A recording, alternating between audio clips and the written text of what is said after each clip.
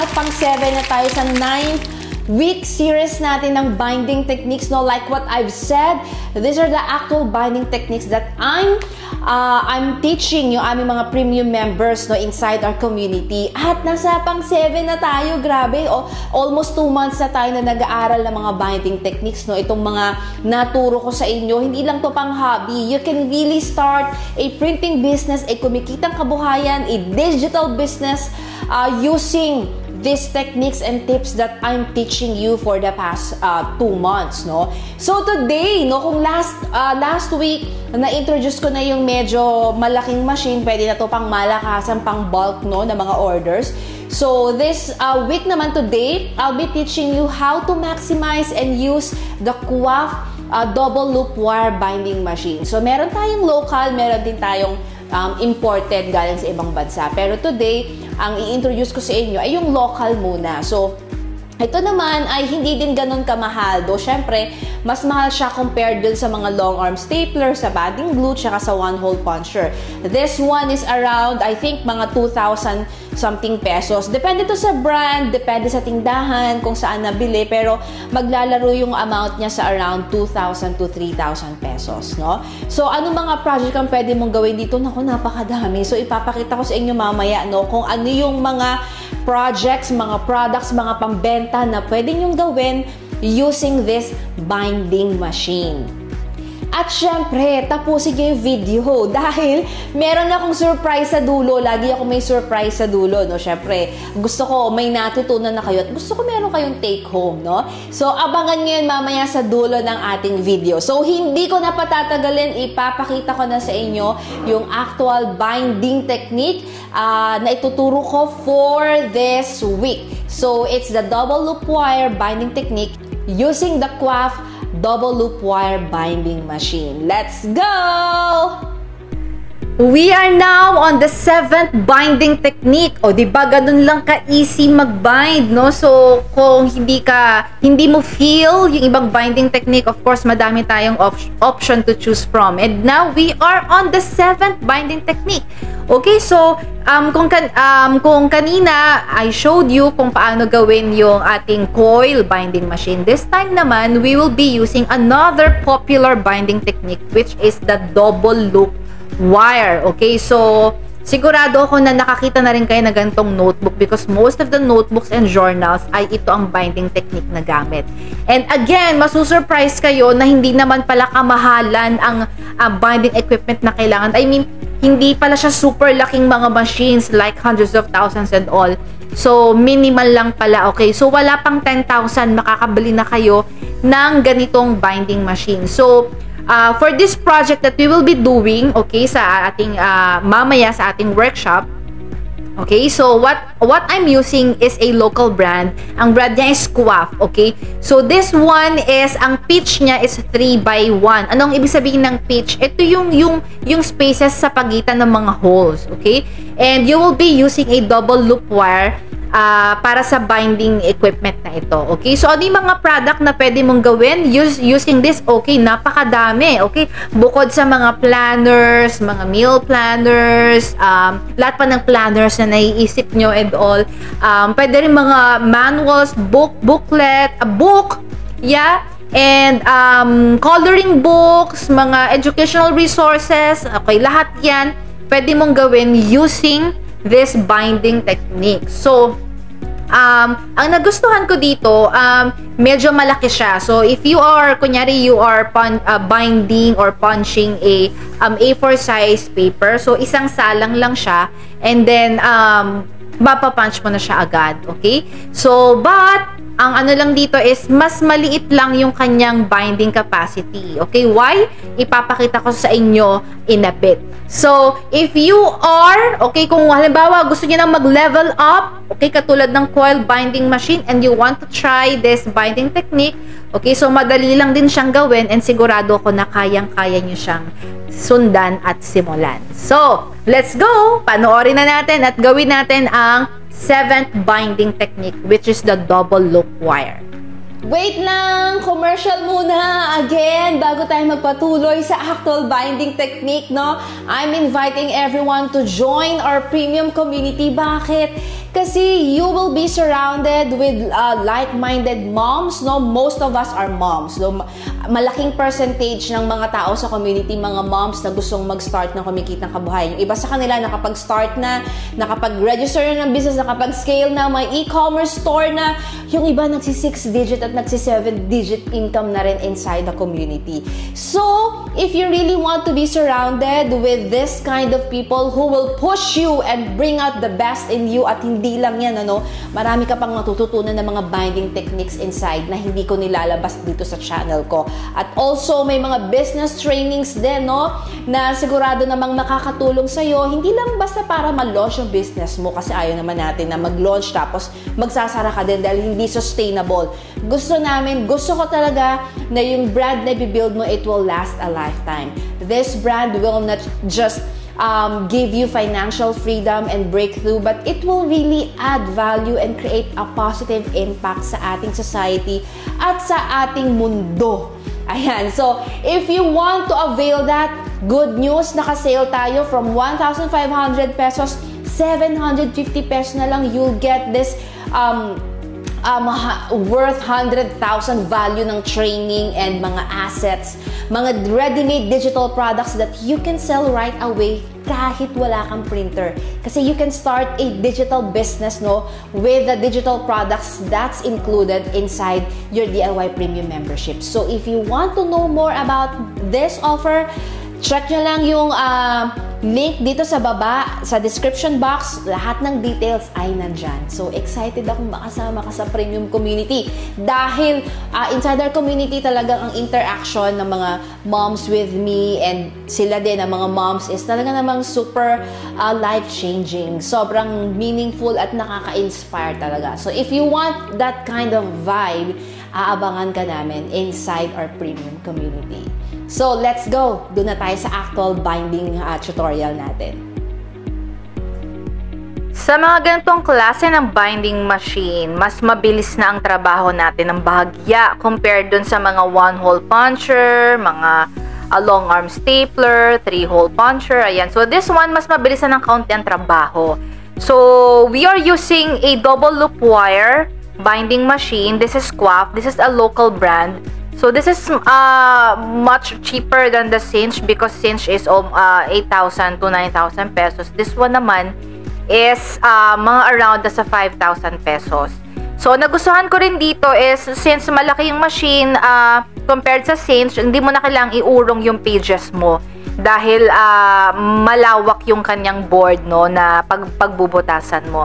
But, ang cons naman nito is mas konti yung binding capacity niya. For this specific machine, I think mga nasa 180 pages lang ang kaya niya. Okay, meron pang ibang brand nito na kaya naman ng tigto 200 to 250 pages, may 300 din ata, pero yun na yung pinaka-max niya.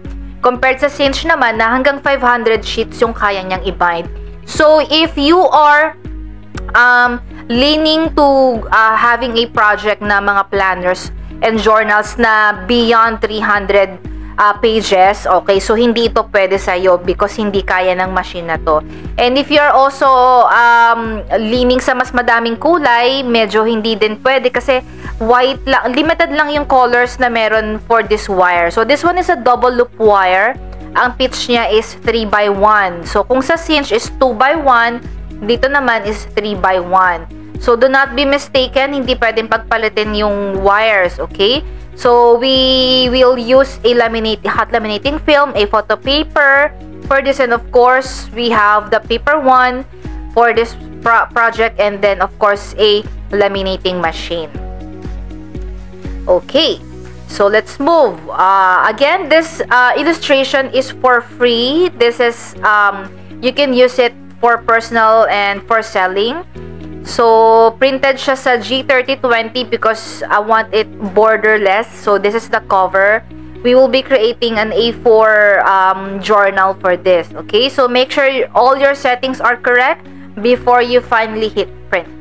Okay? So, that's it. Shortcut lang yan. Pero hindi talaga ganun kabilis. Ayan. Okay.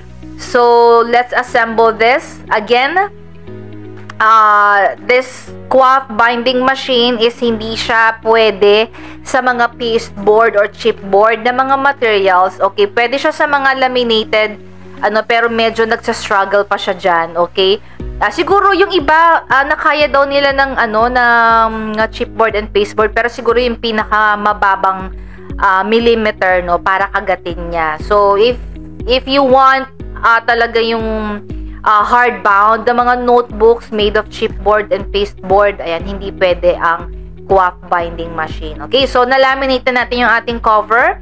I'm using again mink. Okay, nagustuhan ko sa mink is isang pasada lang siya, hindi katulad na sometimes dun sa QAF na laminating machine. Kailangan mo pang pasadahan ng konti kasi hindi ganun kapit na kapit yung yung film. Ayan, so I'm using paper 100 GSM. Okay, so na-laminate na rin natin yung ating back cover. Okay, then we'll turn this off. Okay, isa pa sa nagustuhan ko talaga yung color ng mga wires. Mas madaming option sa 2x1 na pitch. Madami din naman sa 3x1, pero mas madaming, for me parang mas madaming colors meron sa Okay, so it's like the cinch. Okay, so ipapasok mo lang siya inside. Medyo matigas lang siya ng konti because it's laminated. By the way, yung aking hot laminating film is 250 micron. So lahat ng covers ko ay, ayan yung butas niya. Super clean naman siya. Ayan. So kung mapapansin nyo, mas dikit-dikit. Okay, yan yung tinatawag nating pitch. So 3x1 pitch, mas dikit-dikit yung butas ng ating ng ating machine. Okay? So make sure na pantay yan, tinaktak mong mabuti. So ang kanyang punching capacity naman is 10 to 12 sheets. Ayan. So ulitin lang natin ulit. So again, pag gusto mo ng mas makapal na project, hindi tayo pwede dito. Okay, pero kung nagsisimula ka pa lang and you will create mga maninipis lang naman, pwede. So this is also perfect for desktop calendars or mga hanging calendars. Ayan, so you can create those product using this QAF binding machine. Okay? So ayan, meron din siyang sabitan sa gilid. Isasabit mo yan sa gilid. Make sure na pantay. Ayan. So, meron din tayo mga pegs dyan na hinihila. So, pwede mo siyang i-adjust. Okay. So, ipapasok. Again, you flip the cover. If i-flip mo yung front mo, ididikit mo sa back cover. And then, uunahin mong ipasok yung iyong pages o yung content mo. Okay. So, make sure it's pantay. Papasok mo siya dyan. So, yung mga size, again, yung mga sizes ng double loop wire natin is depende sa kung gaano kakapal yung project na gusto mong gawin. So, for this one, manipis lang yung pages natin. So, manipis lang yung ginamit kong double loop wire. Okay?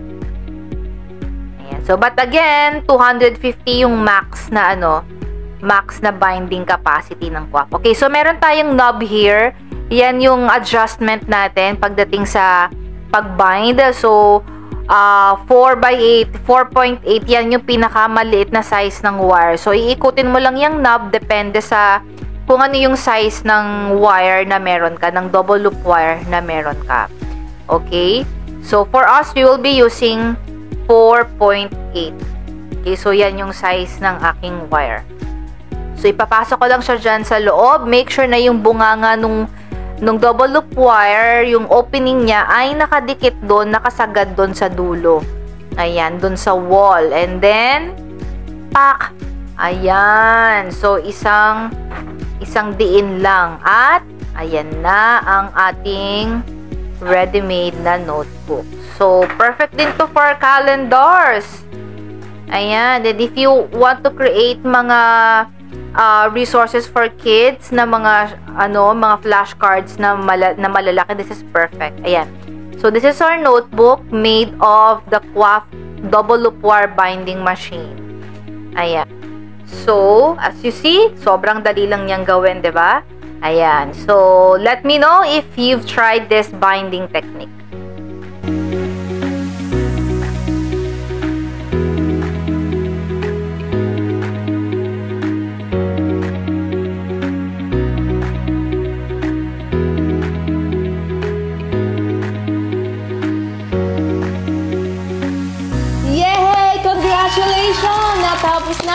ating 7th binding technique. O diba, napakadali lang. Parang katulad lang din siya nung last week, pero ibang machine yung gamit natin. So, like what I've told you, sobrang dami mong products na pwedeng gawin dito. Pwede kang gumawa ng sarili mong book, coloring book, mga homeschooling resources for kids. So, kahit hindi pang homeschool, yung mga tracing, yung mga worksheets, mga modules, kung ayaw mong kalat-kalat, yung modules and worksheets ng anak mo, pwede mo siyang i-bind. Ayan. At marami pang iba. Planners, pwede ka rin gumawa, pwede kang gumawa ng journal, ng notebooks, name it.